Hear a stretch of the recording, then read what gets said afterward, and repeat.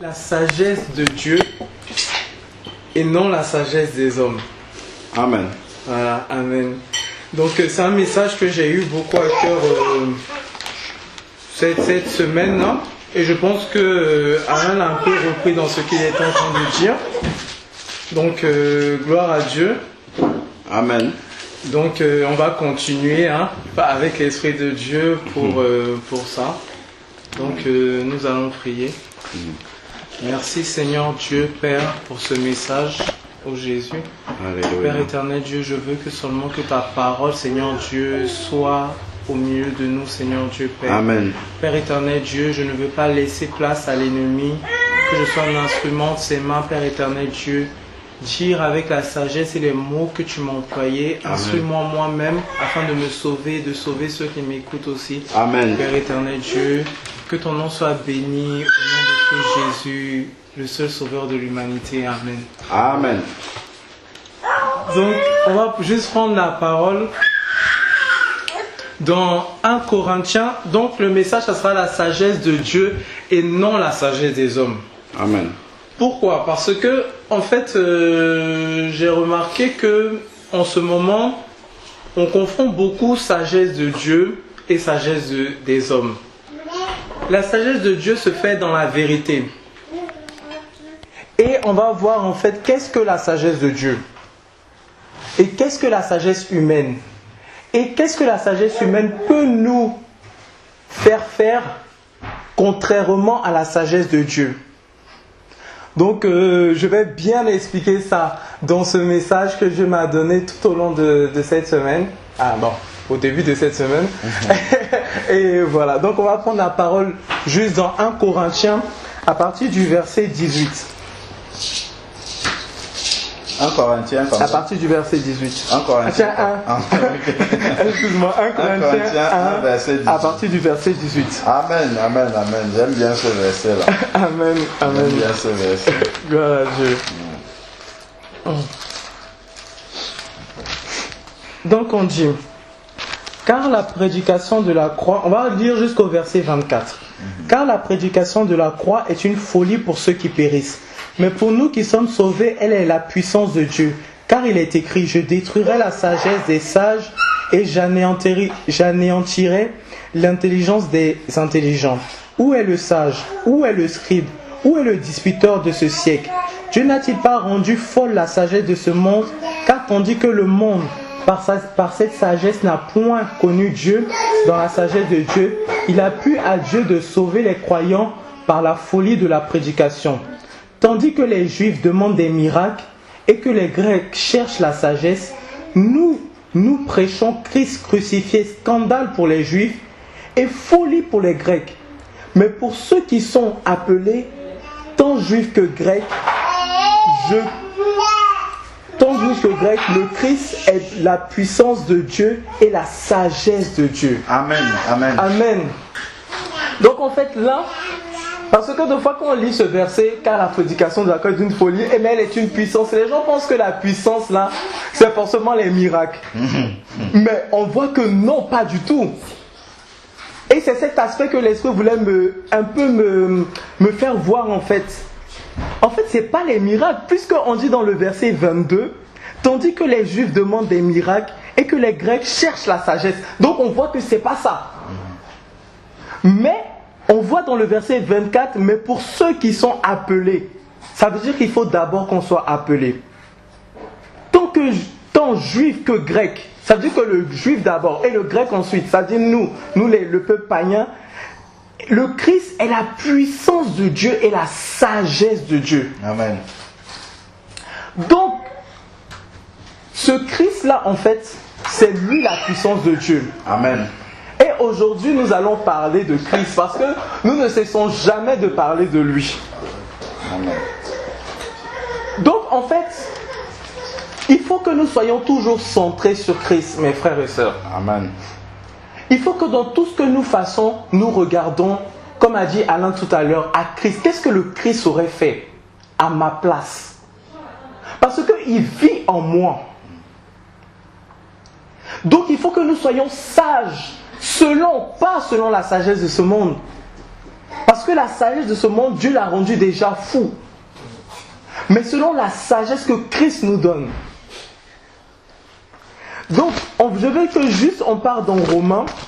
On va prendre Romains 1, excusez-moi. À partir du verset 16.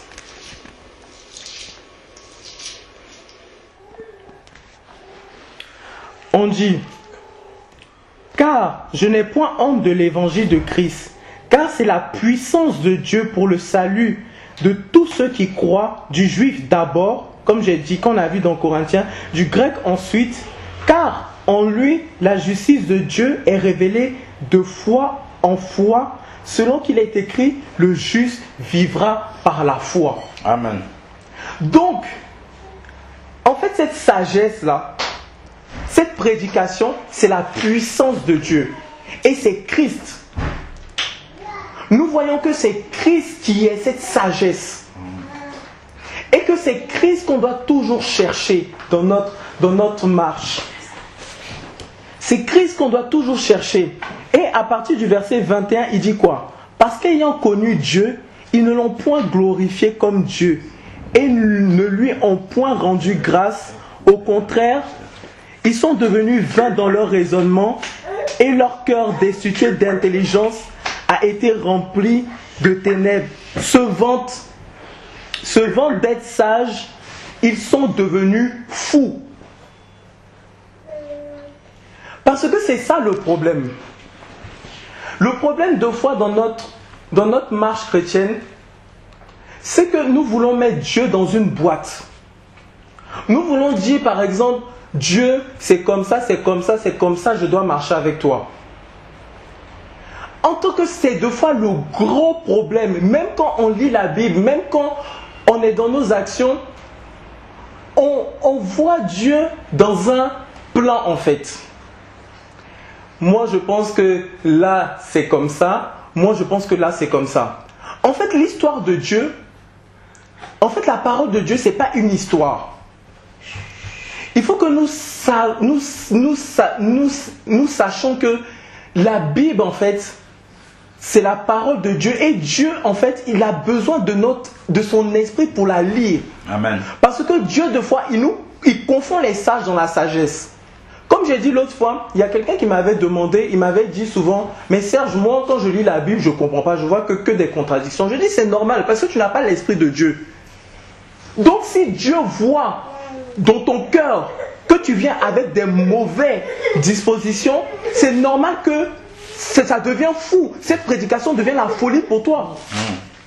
Parce que tu n'as pas l'esprit de Christ, donc tu ne peux pas lui appartenir. Amen. Amen. Donc en fait, cette exhortation, c'est pour nous dire que en fait, quand on lit la parole de Dieu, quand on fasse chaque chose, il faut le faire vraiment avec la sagesse de Christ et non avec l'intelligence des hommes. Parce que nous avons remarqué beaucoup de choses dans l'assemblée. Et je dis ça vraiment à notre honte. Parce que aujourd'hui, nous voulons mettre Dieu dans une boîte. Seigneur, c'est comme ça, c'est comme ça, c'est comme ça, c'est comme ça avec toi. Mais nous ne devons pas faire ça. Nous devons marcher absolument que selon l'esprit. Amen. Que selon l'esprit. Parce que c'est la sagesse de Dieu, en fait, c'est Christ qui est en nous. Amen. En fait, cette sagesse, c'est seulement Christ. Donc, je veux que nous prenons juste 1 Corinthiens chapitre 4 à partir du verset 6.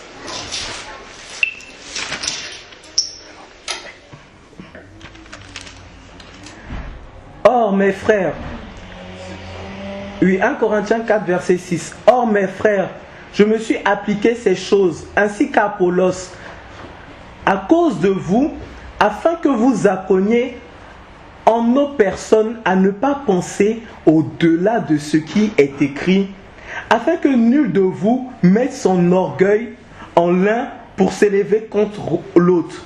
Car, qu'est-ce qui te distingue et qu'as-tu que tu ne l'aies reçu? Oui, si tu l'as reçu, pourquoi t'en glorifies-tu comme si tu ne l'avais point reçu? En fait, ce passage, quand j'ai lu ça, je dis Seigneur, vraiment, on n'a rien compris, Seigneur. Quand le Seigneur m'a donné ce message, j'ai dit Seigneur, qui est digne de partir au ciel? Qui est digne? Même moi, j'ai commencé à pleurer. Je dis Seigneur, personne n'est digne. Parce qu'aujourd'hui, quand quelqu'un connaît quelque chose en Christ, ça fait comme un scandale maintenant. Mais si tu sais cette chose, pourquoi tu le fais comme si tu ne le savais pas? Si ton frère, par exemple, est là et est faible dans la foi, et par exemple, il distingue des jours, pour lui le dimanche est le jour du Seigneur, mais pourquoi tu vas le scandaliser par rapport à ça? Parce que lui, quand il vient au début, il fait ces choses pour Dieu. Amen. Si quelqu'un veut manger que de l'herbe, et pour lui, il le fait pour Dieu. Et toi, tu as la sagesse, tu sais que ce n'est pas les aliments qui vont nous rapprocher de Dieu. Mais si tu le vois, et que tu dois être à côté de lui, mange de l'herbe comme lui. Mange de l'herbe comme lui. Et aujourd'hui, dans le corps de Christ, il n'y a pas l'amour, mes frères. Il n'y a pas la compassion. Et ne nous trompons pas, Dieu ne prendra pas une église comme ça. Dieu ne va pas venir prendre une église qui n'a pas la compassion. Parce qu'aujourd'hui, nous jugeons, moi le premier, je parle pour moi-même déjà, nous jugeons les autres. Oh, dès que ça se lève, une chose, coucou, on est les premiers à prendre la Bible. Voilà. Et maintenant, il n'y a même pas l'amour. Et on ne distingue même pas ces choses-là. Parce qu'il y a des choses qui sont essentielles. Et il y a des choses qui doivent grandir avec nous. Amen. Donc moi le premier, je me suis repenti auprès de Dieu. Je dis Seigneur, vraiment je te demande pardon. Seigneur, je te demande pardon parce que j'ai été deux fois des occasions de chute sans le savoir aux gens. J'ai été des occasions de chute pour les autres.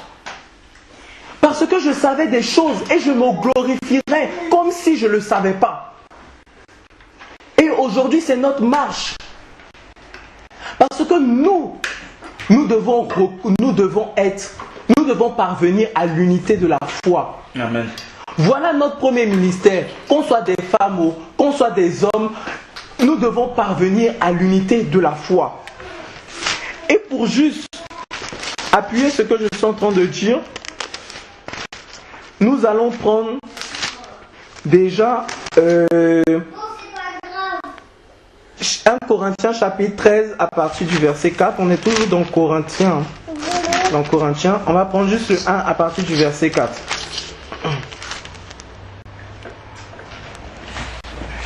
Donc,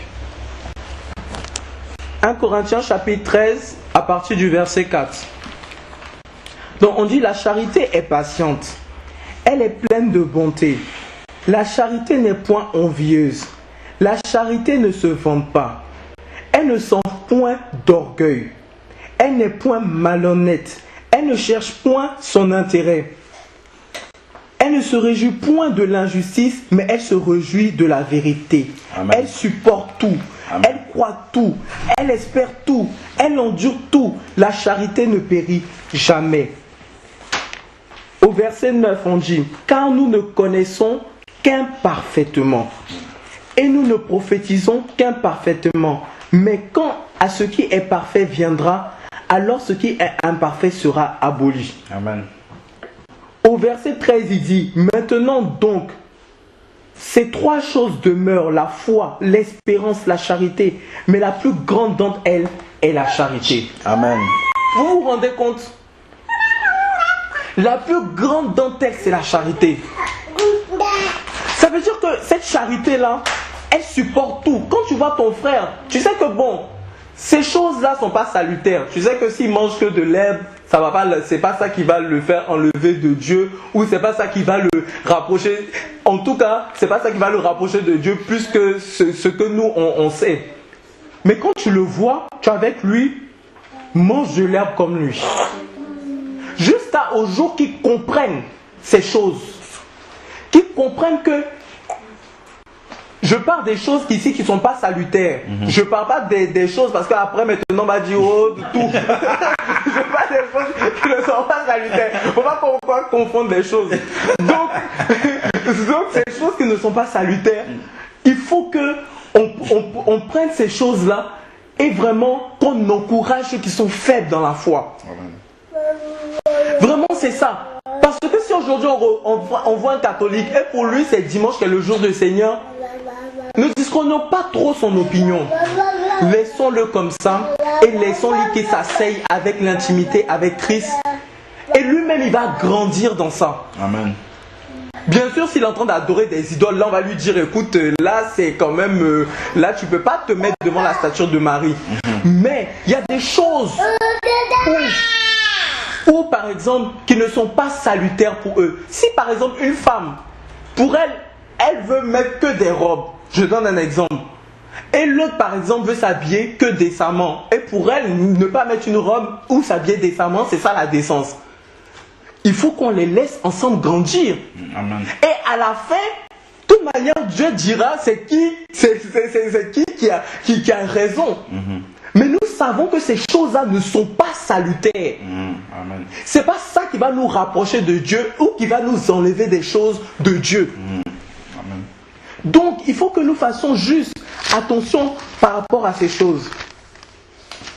Donc, nous allons juste prendre dans 1 Timothée, excusez-moi. On va prendre à partir du verset 15. 1 Timothée 1 à partir du verset 15. Parce que je dis ces choses aujourd'hui, mes frères, parce que dans le corps de Christ, il y a trop de divisions pour rien. Amen. Et je dis ça à notre honte. Tel se lève, moi je pense que Jésus est Dieu le Père, en même temps Dieu le Fils, en même temps Dieu le Saint-Esprit. L'autre se lève, moi je pense qu'il n'y a que Jésus. L'autre se lève, moi je dis qu'il y a Dieu le Père, il y a Dieu le Fils, il y a Dieu le Saint-Esprit. Mes amis, moi je vais vous dire que tout ça là, ça ne va pas nous sauver. Ça va vous étonner, mais ça ne va pas nous sauver. Parce que cette connaissance-là, si tu l'as, tu dois prier et tu dois demander à Dieu de te remplir afin qu'il puisse te donner la sagesse et les mots justes pour pouvoir faire grandir les gens. Au chapitre 15, 1 Timothée, chapitre 1, à partir du verset 15, dit quoi? Paul a dit quoi? Cette parole est certaine et digne de toute confiance. C'est que Jésus est venu au monde pour sauver les pécheurs dont je suis le premier. Voilà une parole qui est certaine. Ça, on ne bouge pas dessus. Tu dois croire que Jésus est mort pour tes péchés. Maintenant, par la suite, si tu as des divergences avec nous, c'est pas la peine de venir commencer à venir faire comme si toi-même tu n'avais pas cette connaissance. Et la patience, elle est où dans tout ça? Moi, je vais te dire, tu n'as pas la patience. Et que tu n'es pas parfait dans l'amour. Parce que si tu étais parfait dans l'amour, tu aurais dit d'accord. Il pense que ça. Qu'est-ce que je dois faire? Je vais demander à Dieu de me remplir encore de la sagesse. Et Dieu va me donner les mots justes afin de pouvoir montrer ça à des hommes. Mais aujourd'hui, tel se lève ça, oh, et ça se divise comme ça, boum, parce que moi je pense que, mais on s'éloigne de ce qui est l'essentiel pour notre marche. Le reste, c'est les ministères qui sont faits pour ça. Et la portion que Dieu nous a donnée est faite pour ça. Mais je ne vais pas dire parce que mon frère ne croit pas ça que c'est un sataniste ou c'est un chrétien. C'est pas un chrétien. Parce qu'il croit quand même que Jésus est mort pour lui. Amen. Amen. Il croit que Jésus quand même est ressuscité des morts et qu'il reviendra. Et si maintenant il ne croit pas des choses que Dieu va lui révéler ensuite, il faut que juste nous attendons par la suite ces choses. Donc, je veux que juste Nous allons juste prendre...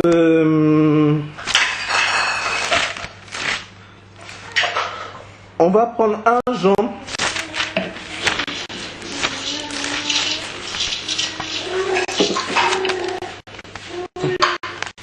À partir du verset 5, chapitre 5, excusez-moi. 1 Jean chapitre 5 et verset 10. Au verset 10. Celui qui croit au Fils de Dieu a le témoignage de Dieu en lui-même.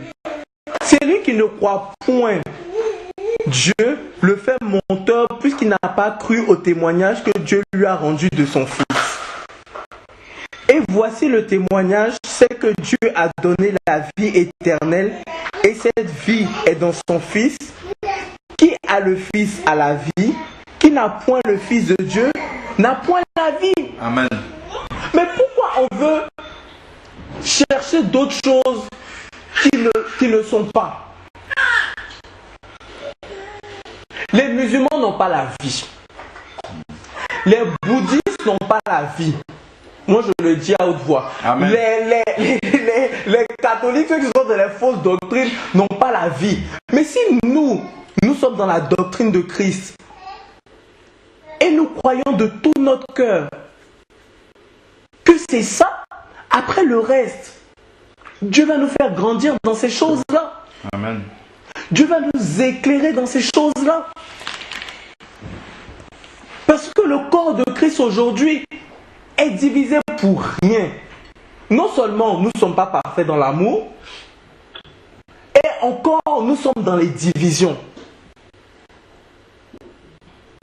Je dis ça à notre honte. Parce qu'il faut que nous discernons ces choses. Et quand j'étais là, je pleurais, je disais, mais Seigneur, qui est digne? Je dis, Seigneur, qui va partir? Moi-même, je regarde mes péchés, je pleure. Je regarde aussi pour mon frère, je pleure. Je regarde pour mes soeurs aussi, je pleure. Je dis, mais Seigneur, qui va partir? Je dis, Seigneur, qui va partir? Mais si on est comme ça, mais qui va partir à l'enlèvement? Je dis, ce jour-là, mais c'est ça, Dieu dit, mais quand il viendra, trouva-t-il la foi sur la terre? Paul a dit aux gens d'arrêter de lire au-dessus de ce qui est écrit. Il faut que nous arrêtons ça. Je vais vous juste montrer une chose quand j'étais en train de méditer aujourd'hui. Nous allons prendre juste Matthieu. Et vous allez voir la sagesse de Dieu, que la sagesse de Dieu est quand même incompréhensible. Matthieu, on va prendre juste Matthieu 1, à partir du verset 21.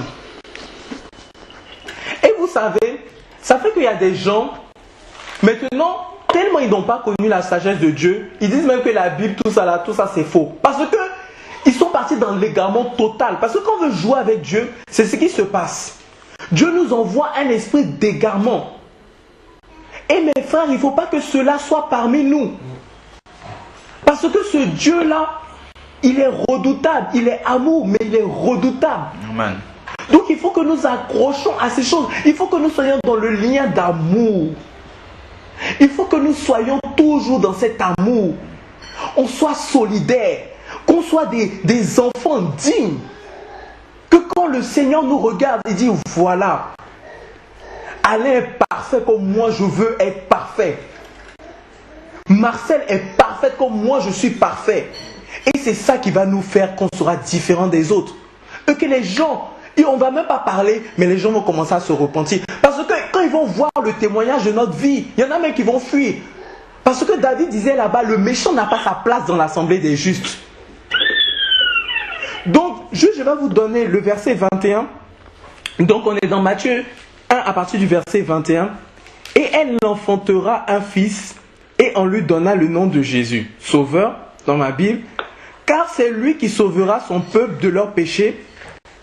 Or, tout cela arrivera afin que s'accomplisse ce que dit le Seigneur avait dit en ces termes par la prophétie. Écoutez bien la prophétie. Voici la Vierge sera enceinte et elle enfantera un fils et on le nommera Emmanuel, ce qui signifie Dieu avec nous. Amen. Mais attendez, moi là il y a un problème. Il y a un vrai problème choses qui se passent. Parce que Ésaïe a dit on va l'appeler Emmanuel. L'ange vient, il dit on va l'appeler Jésus. Mais si on reste pharisien dans notre tête, sans demander l'Esprit de Dieu, on ne va pas comprendre. On va dire, mais c'est une autre personne. Il y a des gens, je suis sûr qu'il y a des pharisiens qui disaient, oh, il allait s'appeler Emmanuel, donc ça ne peut pas être celui-là. Là. Il y en a qui vont commencer à dire, ça ne peut pas être celui-là, il s'appelait Emmanuel. Dieu a dit Emmanuel, donc Dieu ne peut pas se tromper. Emmanuel, c'est Emmanuel. Et voilà. Vous voyez comment l'esprit des pharisiens peut venir en nous sans qu'on se rende compte.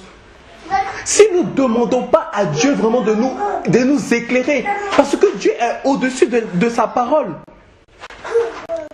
Et quand Joseph fut réveillé de son sommeil, il fit que l'ange du Seigneur lui avait commandé et il prit sa femme.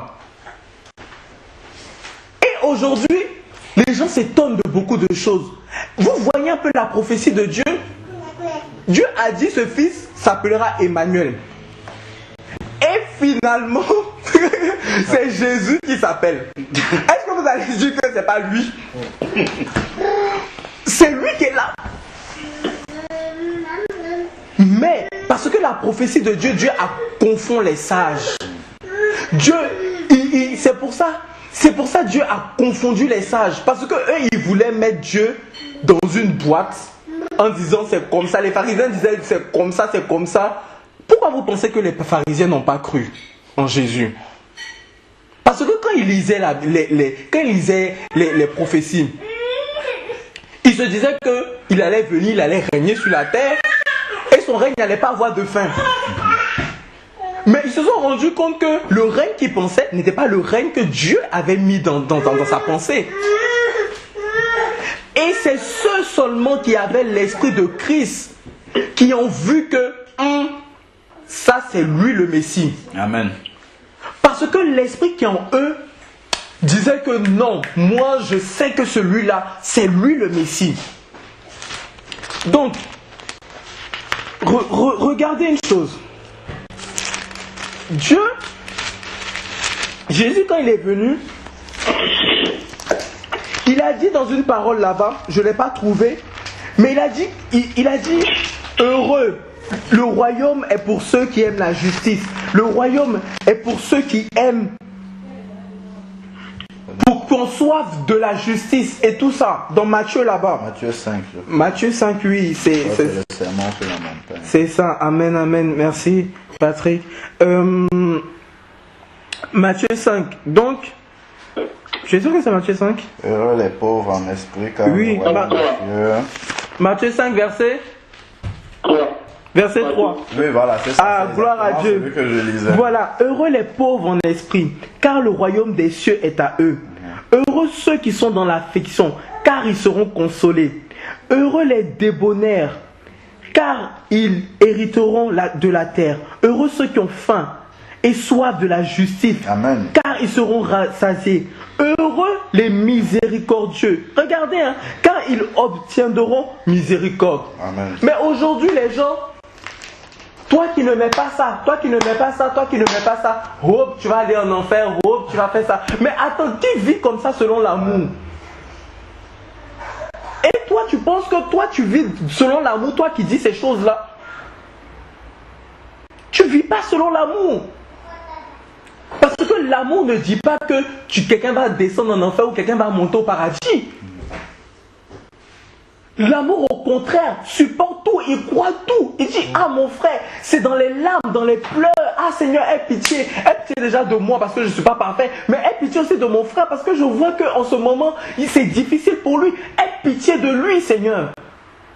C'est ça l'amour de Christ. Et cet amour-là ne peut jamais périr. Parce que regardez dans le monde, quand une femme, par exemple, je vais parler à la manière des hommes pour qu'on comprenne. Quand une femme, elle aime quelqu'un, la personne la frappe, le frappe. On dit, mais qui cet homme-là, c'est quoi? Elle dit, je suis fou amoureuse de lui. On dit, mais attends, mais ça, c'est quel amour, ça? Parce que vous voyez, quand on aime Dieu, quel que soit ce qui se passe, on est là. Amen. Que on nous insulte, qu'on dit ce qu'on veut sur nous, mais on est là. Parce qu'on aime Dieu.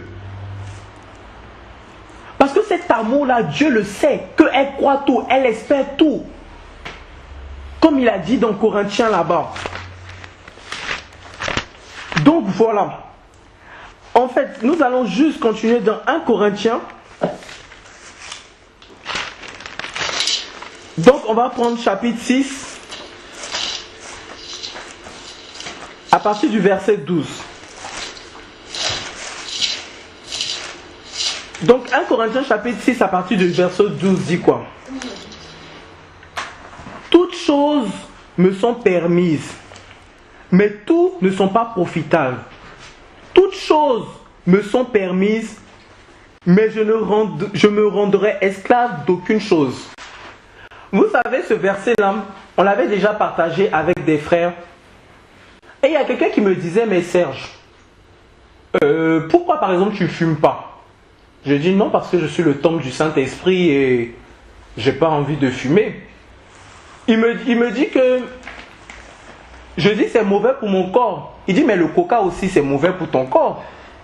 Donc pourquoi tu bois du coca et tu fumes pas?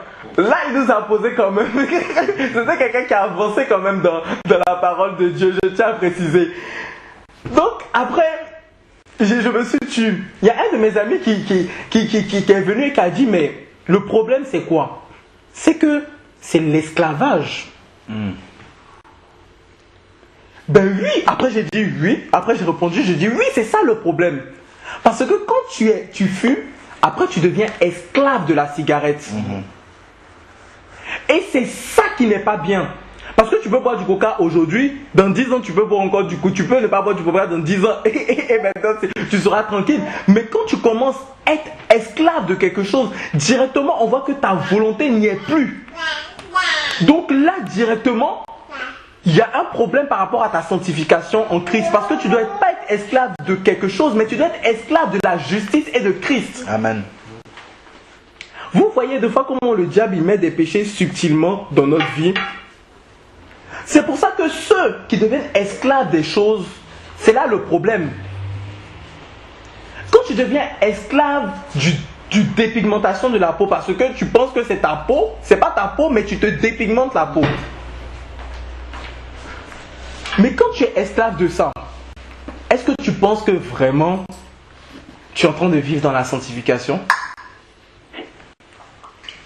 Pour toi, c'est rien. Mais est-ce que tu penses que vraiment tu entends? Parce que tu te mets sur un joug. Et Dieu nous a libérés de ce joug. Et il nous a mis sur le joug de la justice. Donc normalement, tout ce qui doit être prioritaire pour moi, c'est d'aimer mon prochain. Amen. C'est ça qui doit être la priorité pour moi. La priorité pour moi, c'est pas de me mettre dans l'esclavage de quelque chose du monde. Mais c'est de me mettre dans l'esclavage de la justice. C'est ça qui sera la priorité pour moi. Donc dans le verset 15, il dit quoi? Ne savez-vous pas que vos corps sont les membres de Christ? Prendrais-je donc les membres de Christ pour en faire les membres d'une prostituée? Nullement. Ne savez-vous pas que celui qui s'unit à la prostituée, c'est un même corps avec elle? Car il est dit, les deux deviendront une seule chair. Mais celui qui s'unit au Seigneur est un même esprit avec lui. Fuyez la fornication. Quelque péché qu'un homme commette, c'est hors du corps. Mais celui qui commet la fornication pêche contre son propre corps. Ne savez-vous pas que votre corps est le temple du Saint-Esprit? Voilà le verset qui nous dit que nous sommes la maison de Dieu. Il n'y a plus d'église. Voilà, nous sommes la maison de Dieu.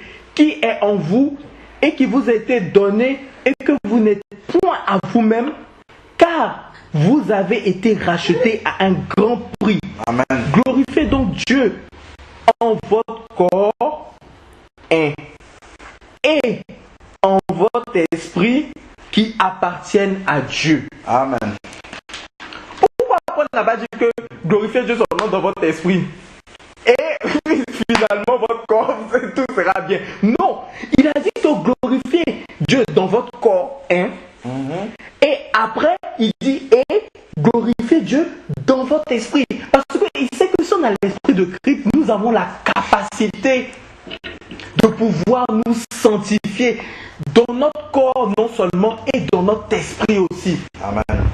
Parce que nous avons l'esprit de Christ et c'est pour ça que Christ est mort à la croix. Il est mort à la croix pour que nous ayons cette capacité-là maintenant de dire non aux choses. Il a dit là-bas que rien n'est impossible aux hommes, mais tout est possible à Dieu. Demandez et on vous donnera. Amen. Donc il veut dire par là que maintenant si on demande quelque chose à Dieu, Dieu il va nous donner. Parce que Christ, déjà même Christ était mort, il avait déjà dit ça. De plus Christ est mort maintenant à la croix et nous avons accepté ce salut-là.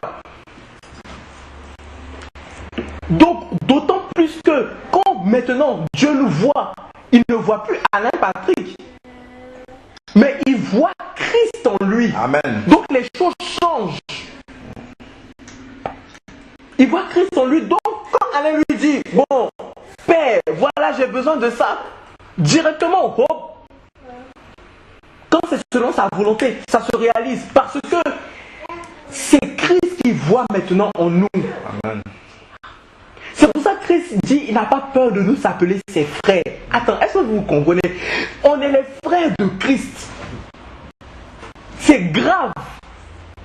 Celui qui est Dieu, et là je tiens à dire, et ceux qui disent que Christ n'est pas Dieu, c'est une idole. Donc on partit voir un Jean. Amen.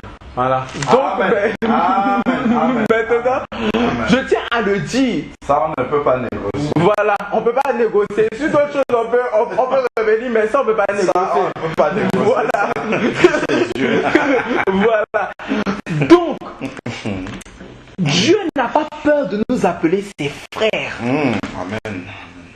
Attendez, vous comprenez la folie de cette prédication-là. C'est pour ça que Paul dit, mais cela est une puissance. Alléluia. Et il dit, je n'ai point honte de l'évangile. Parce que c'est une puissance pour quiconque croit. Et nous sommes en ce Christ-là. Donc aujourd'hui, ce n'est pas le moment d'être découragé. Amen. C'est pas le moment de retourner dans le monde, de retourner dans le péché. C'est plus le moment. Bon, maintenant, on est là. Maintenant, on est là. C'est jusqu'à la fin. Amen. Amen. Que tu souffres, que tu souffres pas, c'est jusqu'à la fin. Amen. Nous devons tenir jusqu'au bout. Alléluia. Nous allons nous supporter les uns et les autres, malgré que les choses soient difficiles. On doit se supporter. On doit être vraiment un seul corps. Parce que mes frères, nous avons une espérance. Et je ne cesse de le dire. Parce que l'autre fois, Charles parlait, et nous allons voir qu'est-ce que Christ nous promet dans sa parole. On va prendre 1 Corinthiens chapitre 10, à partir du verset 13.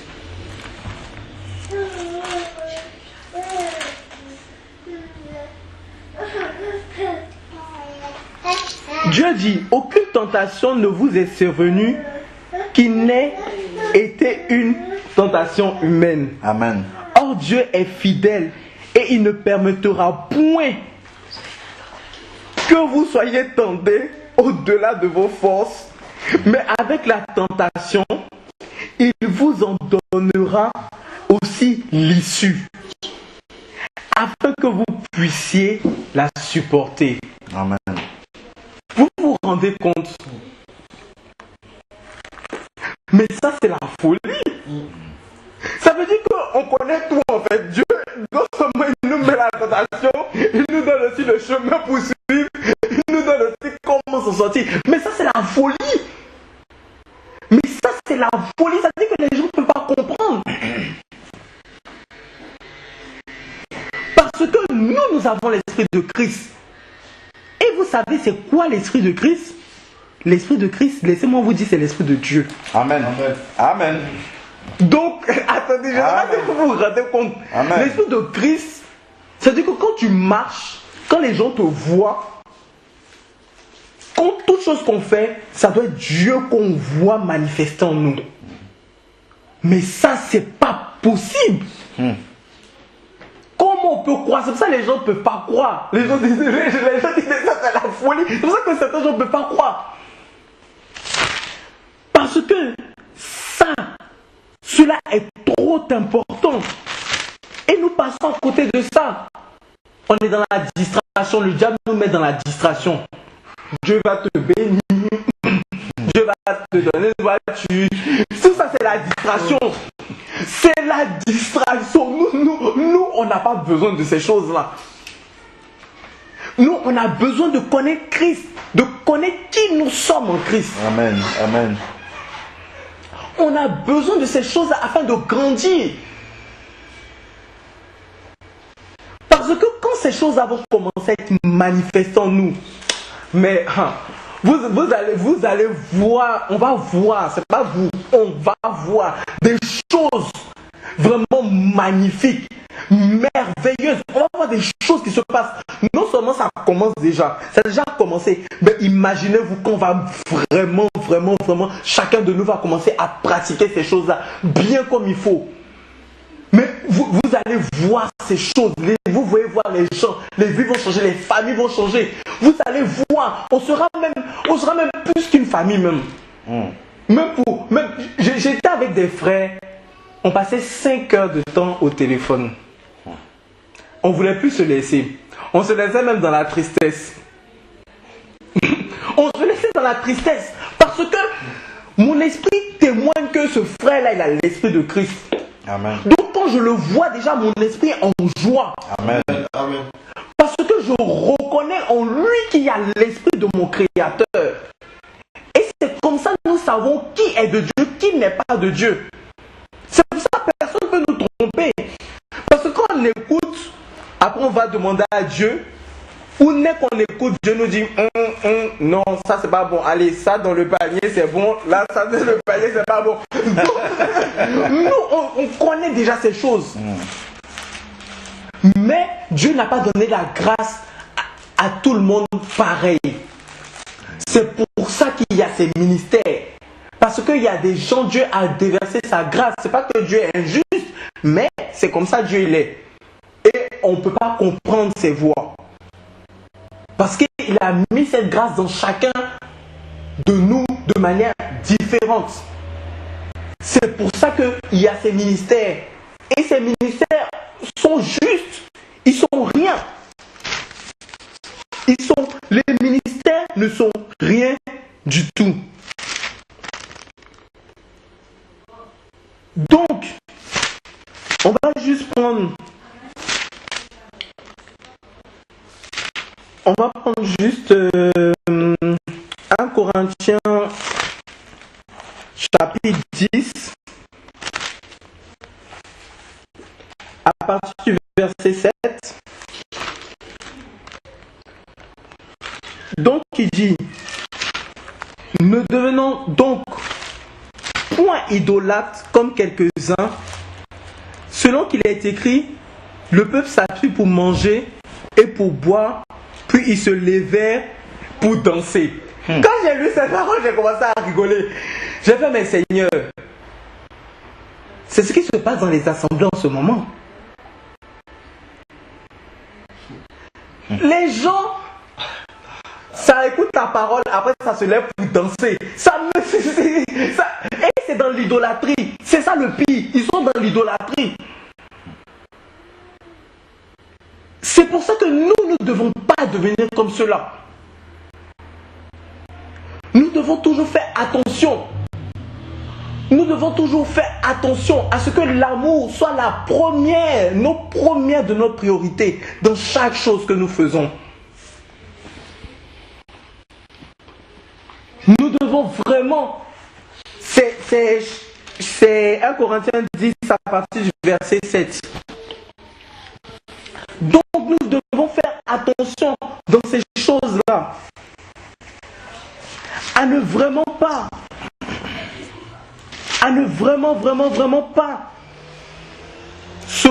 se mettre dedans.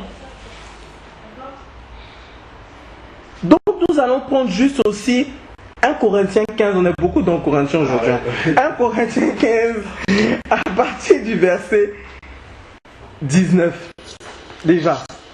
1 Corinthiens 15 chapitre 19. Verset 19. Verset 19, merci. Donc, Paul disait, on va prendre même verset 12. Or, si on prêche que Christ est ressuscité des morts, comme quelques-uns parmi vous disent, qu'il n'y a point de résurrection des morts, les Zoulous là, les témoins de Jéhovah, il n'y a pas de... Et 1 Corinthiens chapitre 15 verset 12. Et s'il n'y a point de résurrection des morts, Christ aussi n'est point ressuscité. Et si Christ n'est point ressuscité, notre prédication est donc vaine et votre foi est aussi vaine. Il se trouve même que nous sommes de faux témoins de Dieu, car nous avons rendu ce témoignage à l'égard de Dieu qu'il a ressuscité Christ, lequel il n'a point ressuscité si les morts ne ressuscitent point. Car si les morts ne ressuscitent point, Christ non plus, Christ n'est pas non plus ressuscité. Et si Christ n'est pas point ressuscité, votre foi est vaine et vous êtes encore dans vos péchés. Vous voyez? Les chrétiens qui disent que Christ n'est pas ressuscité, moi je suis désolé de leur dire, mais c'est que leurs péchés ne sont pas pardonnés aussi. Donc, ceux donc qui sont morts en Christ sont aussi perdus. Si nous n'avons d'espérance en Christ que pour cette vie seulement, nous sommes de tous les hommes les plus méprisables. Voilà. Amen. Amen. Nous sommes les plus méprisables si on vit seulement que pour cette vie. Si c'est juste pour dire, oh Seigneur, donne-moi des enfants, donne-moi un mari, donne-moi une voiture, donne-moi le permis, fais que je devienne le travail. Si c'est juste pour ça. C'est que c'est le papier, c'est ça le papier, amen. Le papier. Si c'est juste pour ça, mais c'est que notre espérance est vaine. Amen, amen. Et que les apôtres qui sont là, ils ont travaillé comme ça pour rien. C'est ça. En tout cas, nous, notre espérance, c'est Christ, l'espérance de la gloire. Amen. Ça dit cette gloire-là, c'est pas une gloire terrestre. Amen, amen. C'est une gloire qui est tout autre. C'est pour ça qu'on dit, enlevons tout ce qui est du monde. Débarrassons-nous avec hâte, attenons-nous, que le zèle de Dieu nous remplisse. Amen. Afin que nous voyions la splendeur de Christ à la fin. Parce que ce monde va passer. Mais seule la parole de Dieu ne passera pas. Amen. Et la parole de Dieu, c'est Christ. Amen. C'est ce Christ-là, ce Dieu vivant, c'est lui, c'est Christ, c'est cette parole que nous tenons ferme. Que nous méditons chaque jour, jour et nuit, que nous nous attendons à la pratiquer. C'est pour ça que nous devons haïr le mal. Quand je dis haïr, c'est haïr. Si vous devez haïr quelque chose, c'est le mal. C'est que ça seulement qu'on doit haïr. Le mal, on doit haïr ça. Et les formes de mal. Les formes de mal. C'est pas la peine de dire que oh, je vais répondre à mon frère comme ça il va savoir que moi je suis là. Ou moi si je vais répondre comme ça. Non, on n'a qu'à arrêter tout ça. On n'a qu'à arrêter tout ça. Parce que Christ vraiment, c'est l'espérance. Nous aurons des corps glorieux. Pourquoi glorifier ce corps de péché? Nous voyons que ce corps-là même, c'est le corps du péché. Parce que chaque jour on pleure. Chaque jour on est là, oh Seigneur, pardonne-nous. Moi je suis le premier dedans. Le premier qui pleure chaque jour. Chaque jour je suis là. Parce que ce corps-là, c'est un corps d'humiliation. Le péché est ancré dans ce corps-là. Mais grâce à Christ, c'est Christ qui fait que nous pouvons assujettir. Nous avons le pouvoir d'assujettir ce corps. Vous voyez? Donc il faut que vraiment nous nous attendons à ces choses. Donc on va prendre Romains 11 aussi. C'est un peu long aujourd'hui. Hein? On va prendre Romains. Amen, amen. La bonne parole. On va prendre Romains 11 à partir du verset 20. Donc on suit le fil. Hein. Donc fort bien, ils ont été retranchés. Il parle là, c'est Paul qui est en train de parler des Juifs. Fort bien, ils ont été retranchés à cause de leur incrédulité. Mais toi, tu subsistes par la foi. Ne t'enorgueillis point, mais crains. Vous voyez? Car si Dieu n'a point épargné les rameaux naturels, prends garde qu'il ne t'épargne pas non plus. Considère donc la bonté et la sévérité de Dieu. Sa sévérité à l'égard de ceux qui sont tombés, mais sa bonté envers toi. Si tu persévères dans cette bonté, autrement, toi aussi, tu seras retranché. Donc ceux qui disent que dès qu'on est sauvé, c'est fini jusqu'à la mort là. Après maintenant, j'aimerais qu'ils m'expliquent ce verset là. Donc voilà. Il faut que nous créions, et vous allez voir le rapport. Parce que tout ça c'est lié à la sagesse. Il faut que nous commençons à craindre Dieu. Mais pas craindre Dieu dans la peur, mais à craindre Dieu dans l'amour comme un père. Amen. Afin que nous puissions participer à sa gloire. Comme ça quand nos frères nous parlent. Parce que reconnaissons, si nous avons l'Esprit de Dieu, reconnaissons que nous n'avons pas seulement nous seuls l'Esprit de Dieu. Et que l'Esprit de Christ est aussi dans celui qui est chrétien comme moi. Donc, nous devons seulement craindre. Il ne faut pas qu'on sorte. Parce que Dieu nous a fait grâce aujourd'hui, on va commencer à être orgueilleux. En disant oui, Dieu m'a quand même prédestiné, il m'a quand même appelé, il m'a quand même justifié. Non. Il faut que nous craignions Dieu dans notre marche. Amen. Et quand on va commencer à craindre Dieu, automatiquement, on aura la sagesse de Dieu. Automatiquement, on aura la sagesse de Dieu. Pourquoi je dis ça? Nous allons prendre Proverbe.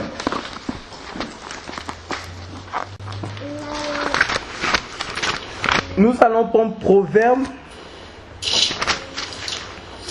chapitre 1, à partir du verset 7.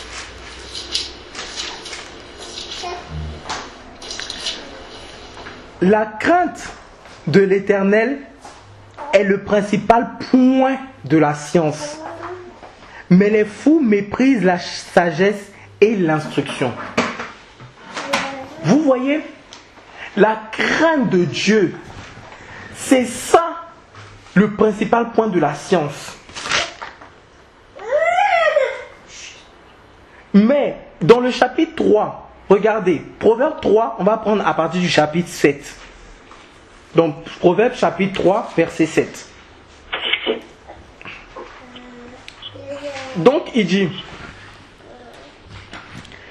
ne sois point sage à tes propres yeux, crains l'Éternel et détourne-toi du mal. Parce qu'il sait que la sagesse qui est humaine, comme je vous ai dit, elle est mauvaise. Donc c'est pour ça qu'il dit ne sois point sage à tes yeux, crains l'Éternel. Parce que comme David disait, la crainte de tes lèvres c'est le commencement de la sagesse. Si, c'est les bons mots. Mais en tout cas l'idée c'était ça. Donc, quand on commence à craindre Dieu, on commence automatiquement à avoir la sagesse. Amen. Et cette sagesse nous remplit davantage. Elle nous remplit davantage. Et ça fait que nous pouvons maintenant connaître Christ. Nous pouvons connaître qui est Christ, notre identité en Christ. Nous pouvons savoir ces choses. Parce que vous savez, Dieu, il ne va pas nous juger par rapport à ce qu'on a entendu. Dieu va nous juger par rapport à ce que nous avons pratiqué. Amen. Parce que tiens-toi bien que la personne qui n'a jamais entendu parler de l'évangile et qui a quand même pratiqué ce que l'évangile a dit, ne t'étonne pas que demain tu la vois au ciel. Amen. Amen. Faut pas que ça va t'étonner. Parce que Dieu, lui, ce qu'il nous demande, c'est vraiment pratiquer sa parole. Amen. Amen. Et nous devons nous hâter, nous dépêcher, courir à ces choses-là. Comme il a dit dans Romains, chapitre 2, à partir du verset 29. Mais celui-là est juif qu'il est au-dedans, et la circoncision est celle du cœur selon l'esprit, et non selon la lettre, et dont la louange ne vient pas des hommes, mais de Dieu. Vous voyez, la circoncision, c'est pas la lettre. Amen. C'est pas que tu vas finir, tu vas dire que oh, donc ça c'est bon. Non. Mon ami, détrompe-toi.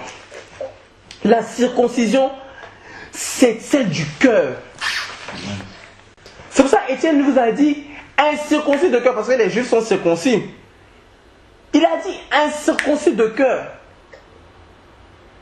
Parce qu'ils n'ont pas eu la vraie circoncision.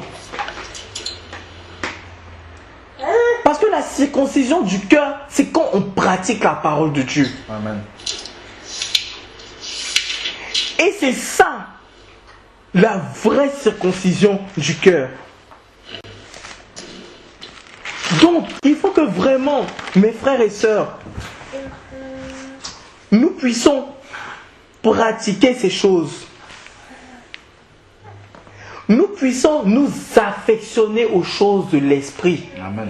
Et seulement aux choses de l'esprit. Parce que c'est comme ça que nous allons savoir. C'est comme ça que nous allons devenir réellement des enfants de Dieu. Nous sommes déjà des enfants de Dieu. Mais c'est comme ça que Dieu va nous approuver. Amen. Parce que c'est pas juste en disant Amen, Amen, Amen, partir à l'église chaque dimanche, t'arrêter là-bas, applaudir, danser, je sais pas si c'est coupé, décalé ou dombolo. Tu danses, tu finis pas. C'est pas ça qui va dire que tu vas partir au ciel. Mais c'est quand tu vas pratiquer la parole de Dieu que tu vas partir au ciel. Amen. Quand tu vas pratiquer ce qui est écrit, c'est là que tu vas partir dans la nouvelle Jérusalem. Amen. Pardon. Donc on va prendre juste Romains chapitre 8 à partir du verset 1.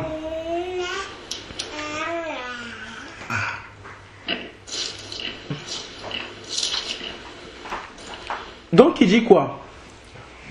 Il n'y a donc maintenant aucune condamnation pour ceux qui sont en Jésus-Christ, qui marchent. Écoutez bien, le verset là, les gens aiment bien, mais ils n'aiment pas la fin. On dit ça, mais on ne dit pas la fin. Qui marchent non selon la chair, mais selon l'esprit. Amen. Donc il y a une condition. Il y a des Bibles qui n'ont même pas ce... Qui n'ont même pas ça. Oui, le bout là. Oh, Ça, mais grâce. que je regarde souvent les versions des Bibles. Oui. Il y a des versions qui n'ont pas ce bout de verset. Amen. Gloire à Dieu. Moi, il y a ça dans ma version. Amen. La mienne aussi. Voilà. La fin de la chair. Qui marche non selon la chair, mais selon l'esprit. Qui marche. Il y a des versions. Bon, on dit il y a des versions qui n'ont pas ça. Ben nous, dans notre version, il y a ça. Ben, tout mani- Voilà. Il y a une version ici qui n'a pas ça. Ah, ben c'est pas grave. Mais on va comprendre. Verset chapitre 5, pour ceux qui n'ont pas. Car ceux qui vivent selon la chair s'affectionnent aux choses de la chair. Romains 5, verset. Verset 5. Ok. Romains 5, on est dans Romains 5, verset 5. Car ceux qui vivent selon la chair s'affectionnent aux choses de la chair. Mais ceux qui vivent selon l'esprit s'affectionnent aux choses de l'esprit. Car l'affection de la chair, c'est la mort. L'affection de la chair, c'est la mort. Mais l'affection de l'esprit, c'est la vie et la paix. Je pense que là, c'est bien clair. Donc au verset 8, il dit quoi? Or, ceux qui sont dans la chair ne peuvent C'est plaire... Romains 5? Oui, Romains 5. Je suis Romains 8. Ah, Romains 8. Hey, excusez-moi, Romains 8. Romains 8, verset. Romains 8, verset 5. Je connais. Romains 8, verset 5. Donc je reprends. Car ceux qui vivent selon la chair s'affectionnent aux choses de la chair. Mais ceux qui vivent selon l'esprit s'affectionnent aux choses de l'esprit. Car l'affection de la chair, c'est la mort. Vous avez vu, l'affection de la chair, on dit c'est la mort. On n'a pas dit que tu peux t'affectionner aux choses de la chair. On a dit c'est la mort. Je pense que c'est assez clair.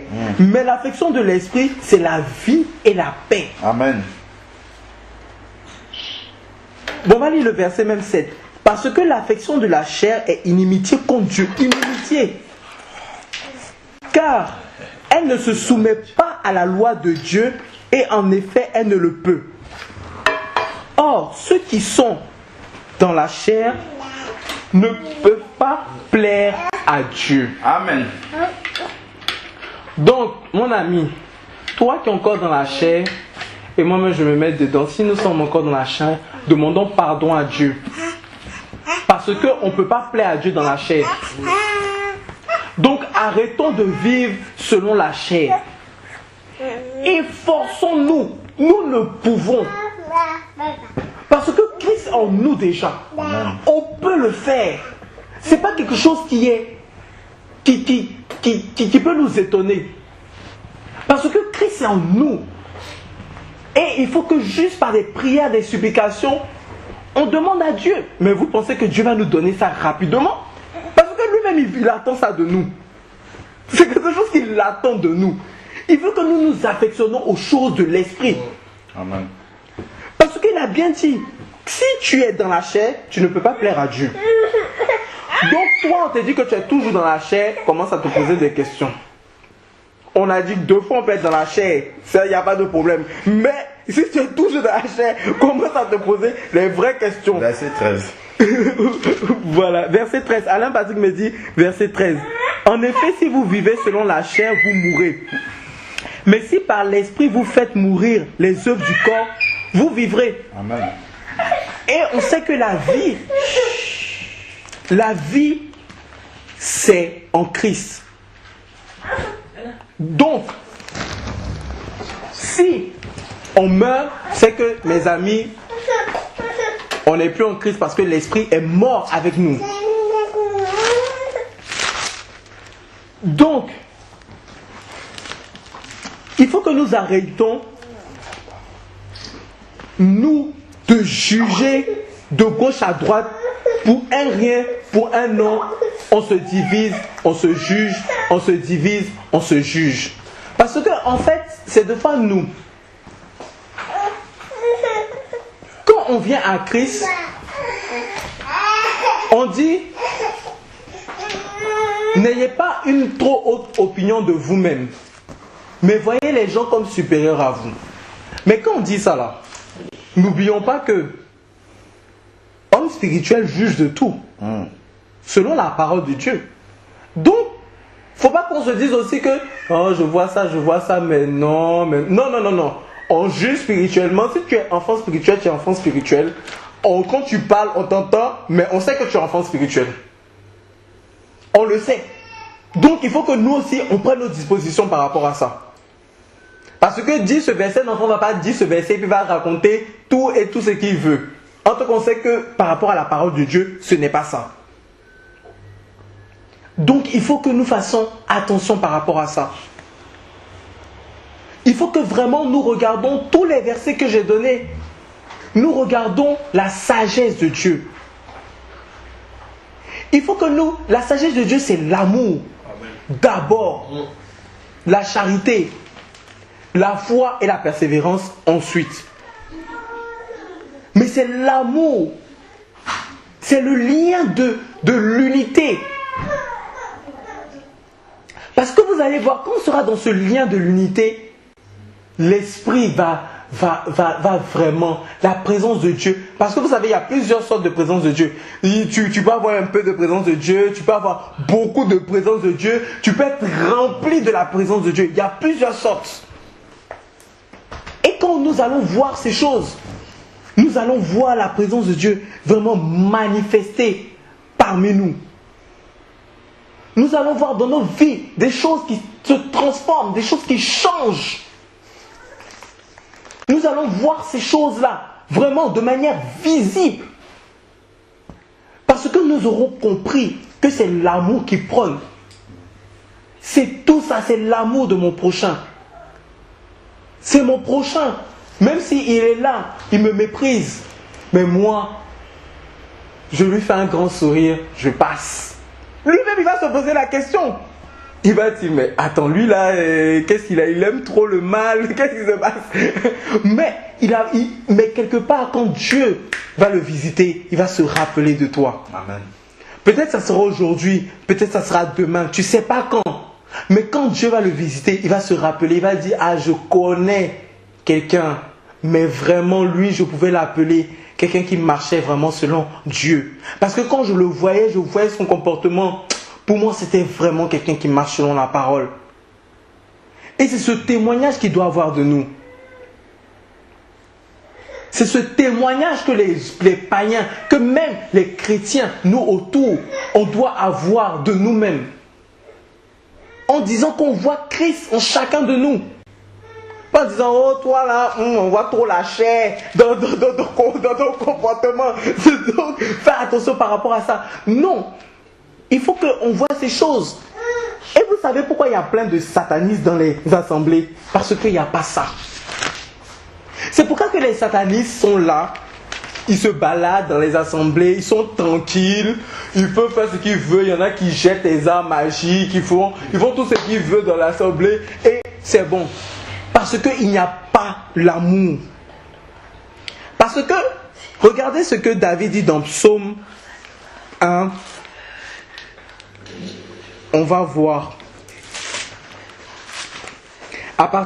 Donc on est dans Psaume 1. À partir du verset 5.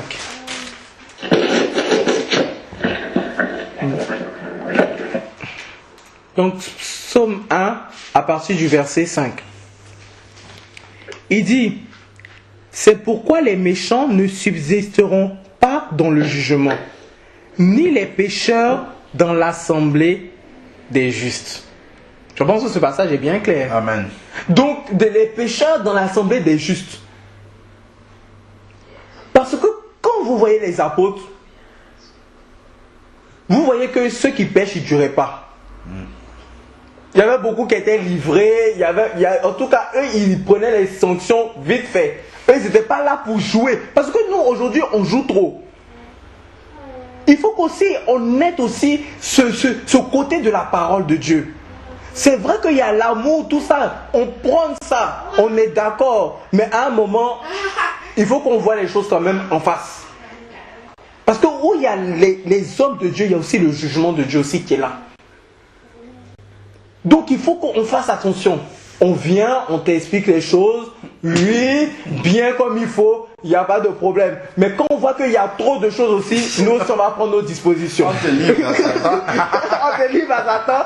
On dit bon d'accord. Que tu apprennes à ne pas blasphémer. Amen. On te dit bon il y a d'autres assemblées, vraiment t'aimes bien, mais il y a d'autres assemblées, tu peux partir les rejoindre, il n'y a pas de problème. Selon ce que Dieu va nous donner en ce moment-là, on te dira avec la sagesse et tu comprendras. C'est la parole, c'est la parole. Et voilà, oui. Donc il faut que on se mette dans ces choses. Dans l'amour, le premier. Parce qu'aujourd'hui, nous les chrétiens, on est trop divisés. On est trop divisés. Donc il faut que on arrête cette division. Et qu'on triomphe du bien on triomphe du mal par le bien. Amen. Il faut que nous triomphons par ça. Il ne faut pas nous laisser perturber. Il ne faut pas que nous soyons... Nous laissons mettre par des choses que nous voyons maintenant. Parce qu'aujourd'hui, les chrétiens sont découragés. Il y en a qui le disent ouvertement, il y en a, c'est dans leur cœur. Donc voilà. Il y en a, c'est dans leur cœur. J'ai causé avec des frères, je vous dis... Oh, moi je sais, les assemblées, vraiment. De fois même, quand je leur disais, viens quand même à mon assemblée. Bon, c'est quoi le nom? Les gens me demandent c'est quoi. J'ai dit, il n'y a pas de nom. Ils disent, ah, moi je dis ça parce que moi je ne sais plus. Hein, parce que vraiment, on connaît la parole, mais c'est quoi le nom? J'ai dit, c'est vrai, mais il n'y a pas de nom. Amen. Nous ici, il n'y a pas de nom de notre assemblée. Et il n'y aura jamais de nom. Amen. Voilà. Tant qu'on sera là, il n'y aura pas de nom. Parce que nous voulons seulement communiquer la vie de Christ. Amen. Et je leur ai dit, quand j'expliquais, je dis, moi, celui qui est ici, je connais sa vie. Deux fois, je viens, je dîne avec lui. On me dit, ah bon, ils sont étonnés. Je dis, mais oui, on se côtoie, on s'appelle. Parce qu'il n'y a pas ça chez eux, il n'y a pas la vie. Il n'y a pas la vie de Christ chez eux. Amen. Et imaginez maintenant si on commence à faire de ça de notre quotidien, notre pain quotidien. Imaginez le dégât que ça va faire. Parce que nous sommes dans une guerre. Et il faut qu'on ait des guerriers, donc il ne faut pas que nous on se laisse faire par le mal. Parce que le combat aujourd'hui n'est pas physique. C'est pas genre partir les Philistins, les Amélites, c'est tout ça. C'est plus ça. Maintenant, Paul a dit c'est les principautés. Amen. C'est eux. Quand tu vois ton frère est dans un problème, avant même de lui parler, tu commences à fléchir le genou. Tu intercèdes. Le mec, il va te voir, il va dire non. Je sens qu'il y a quelque chose qui est différent en lui. Tu intercèdes pour lui. Quand tu vas commencer à lui parler, directement la vie de Christ, boum, tu vas la communiquer. Amen. Il va comprendre directement ce que tu dis. Mais si tu viens par la chair, tu parles même, tu demandes même pas à Dieu, tu viens comme ça, par la chair, boum, mais il ne va pas comprendre. Même s'il comprend, mais il sera quand même scandalisé, tu vas le scandaliser. Il va dire, mais c'est qui celui-là? Lui-là, il est sorti tout. Il va dire, mais vraiment, les enfants de Dieu, là, ils sont graves quand même. Hein. Mais, parce que tu lui as pas communiqué vraiment la vie de Christ. Amen. Amen. Donc, il faut que nous soyons ces gens-là. Ma prière, c'est ça. Ce que je veux pour nous, c'est ça. Que nous soyons ces gens-là. Que quand on nous voit, on dit non. On voit Christ, on dit quand on voit Linda, on dit non. Quand Linda regarde un homme comme ça, il ne peut même pas la draguer parce qu'il voit le feu de Dieu en elle comme ça. Lui-même, il a peur. Lui-même, il est là, même il tremble déjà. Il commence à se repentir déjà. Parce que quand il voit le témoignage de la vie, il dit non. Il dit non. Christ, c'était ça. Vous vous rappelez de la parabole de Christ avec les démons? Quand Christ est venu, ils ont dit, mais pourquoi tu viens nous tourmenter? Il n'a même pas parlé. Il a dit, mais pourquoi tu viens nous tourmenter, nous? Pardon, il faut nous mettre dans juste les ports là, on va partir vite fait, et comme ça sera bon. Parce que quand ils ont vu Christ, ils ne pouvaient pas. Ils ne pouvaient pas résister à ça. Ils ne pouvaient pas résister à ça. Et vous savez quoi? Moi, j'ai une très bonne nouvelle à vous annoncer. C'est que ce Christ, ça, il vient encore nous. Amen. Ça, c'est la bonne nouvelle. Amen. C'est qu'il est là. Mais il faut que seulement nous le laissons grandir. Il faut que seulement nous le laissons grandir. Je dis ça pour moi en premier. Et pour nous qui sommes ici. Il faut que seulement nous soyons ces gens-là qui manifestent la vie de Christ. Comme disait un frère, il y a un frère avec qui je parlais, il va se reconnaître. Et celui-là, vous savez quoi? On a emmené le même texto en même temps. Exactement le même, et on a eu exactement la même pensée. Parce que, puisque quand tu es connecté à l'Esprit de Christ, Christ te révèle les choses. Donc tu discernes ce qui se passe en esprit. Donc on agit comme des jumeaux. Amen. Parce que tu sois là, je dis un chrétien, tu le mets ici, tu le mets en Belgique, tu le mets au village, tu le mets n'importe où. Il sera le même chrétien. Il est riche, il est pauvre, il sera le même. Parce qu'il ne dépend pas des situations du monde. Lui, il dépend de la parole de Dieu. Et comme la parole de Dieu, elle ne bouge pas, donc automatiquement, lui aussi, on va agir pareillement. On agit de la même façon. Après, quand deux fois les frères m'appellent, ils me disent que oh, mais moi j'ai reçu ça. Mais je dis, mais moi aussi j'ai reçu ça. Oui, parce que l'esprit est connecté. Amen. L'esprit est là. Tu causes, dès que tu viens là, les frères sont en train de partager. C'est la même causerie là, vous êtes en train de partager. Parce que c'est l'esprit, il est un. Amen. Il est un. Et c'est comme ça. Et vous savez, quand la trompette va venir, c'est ça. Ceux qui auront l'Esprit de Dieu, c'est eux ceux qui vont entendre. Amen. C'est eux ceux qui vont entendre parce qu'ils seront connectés à Dieu. Donc c'est eux qui vont entendre cette trompette et fou, ils vont partir. En un clin d'œil, ils seront partis. Parce qu'ils sont toujours en esprit. Ils ne sont pas en chair, donc ils sont toujours en esprit. Donc directement, ils entendent la trompette. Mais si toi tu es toujours dans la chair, quand la trompette va venir, tu ne pourras pas connaître la trompette parce que tu seras dans la chair. Tu ne seras pas dans l'esprit. C'est pour ça que nous devons fuir ces choses. Nous devons laisser le monde. Nous devons abandonner ces choses. Abandonner tout ce qui ne puisse pas glorifier Christ. En fait, tout ce qui nous empêche de manifester en fait la vie de Christ en nous. Amen. En fait, il faut que nous grandissions pour arriver à ce niveau. Bon, c'est vrai que je suis à ce niveau. Je crois que Jésus a écrit, je marche dans cette façon. Maintenant, je dois grandir à ce que on voit maintenant Christ en moi maintenant. Quand on voit, il ne faut pas qu'il y ait maintenant des ambiguïtés. Il faut que maintenant, quand on voit, on dit, lui, il est différent de nous. Quand il parle son langage, vraiment, c'est différent de nous. Quand il regarde, parce qu'il y a le regard de la séduction. Mais toi, quand tu regardes, tu n'as pas la séduction. Il n'y a pas la séduction. Toi, quand tu regardes avec des yeux de Dieu. Amen. Quand on te met dans une histoire, tu ne prends pas le parti de quelqu'un. Tu regardes par rapport à la parole de Dieu et à ce que la sagesse que Dieu t'a donnée. Tu n'es pas d'un parti pris. Donc, quand on te voit comme ça, on te dit non, mais j'ai envie de lui ressembler. Tu commences à devenir l'exemple des gens. Tu commences à devenir l'exemple des gens. Les gens disent que non, celui-là vraiment, il est différent. Celle-là vraiment, j'ai vu des gens sur la terre, hein, mais il dégage quelque chose en lui. C'est pas la séduction, c'est pas tout. Mais on a toujours envie de rester avec lui. On a toujours envie qu'il soit notre exemple. Parce qu'ils ne pourront pas exprimer ça. Mais c'est Christ qui sont en train de définir. Amen, amen, amen. C'est Christ par notre vie qui sont en train de définir. C'est pour ça, nous les chrétiens, il faut qu'on arrête tout ça. Moi, j'ai dit aux chrétiens, arrêtons toutes ces divisions, arrêtons. Sortons de tout ça, arrêtons tout ça. Amen. Arrêtons tout ça. Manifestons plus la vie de Christ. Manifestons plus la vie de Christ. Si ton ami n'est pas d'accord, reste avec lui. Si toi tu penses que Dieu t'a éclairé par rapport à ça, reste avec lui. Dieu va l'éclairer aussi.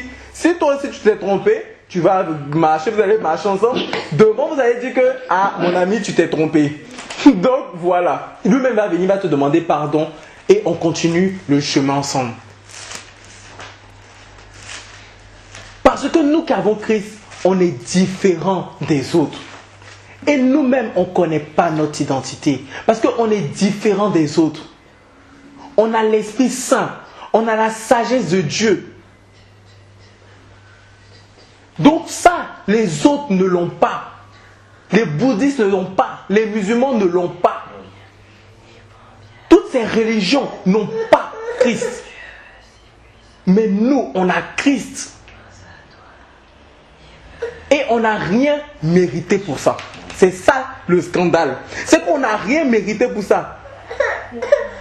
On était assis un jour dans notre chambre, quelqu'un est venu nous parler de l'évangile, où nous-mêmes, il y en a que, voilà, l'Esprit de Dieu t'a convaincu, et maintenant, tu te retrouves dans quelque chose que toi-même, tu es dépassé par ça. Vous vous rendez compte de ça? Donc vraiment, hâtons-nous à ça. Hâtons-nous chaque jour.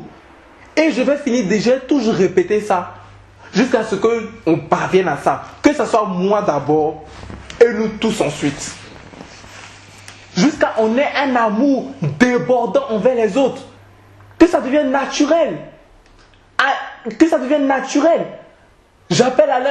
Alain, bon, qu'est-ce que tu fais aujourd'hui? Bon, j'ai rien à faire. Bon, j'arrive à la maison. Bon, ou bien on va promener. Bon, qu'est-ce que tu as fait? Tu dois déposer les filles. Bon, attends, je viens. Bon, Alain, qu'est-ce qu'il a? Linda n'a pas préparé. Bon, je viens préparer à la maison. Bon, comme ça, bon, le frère, toi, tu es le seul, non? Bon, allez, je viens préparer chez toi. Bon, on a vu que le frère, toujours, il porte les mêmes habits. Bon, est-ce qu'on peut pas faire un truc peut-être en secret? Peut-être qu'on lui dit ça à le jeûner. On fait une petite enveloppe. Bon, tiens, frère, on met dans sa main, c'est fini.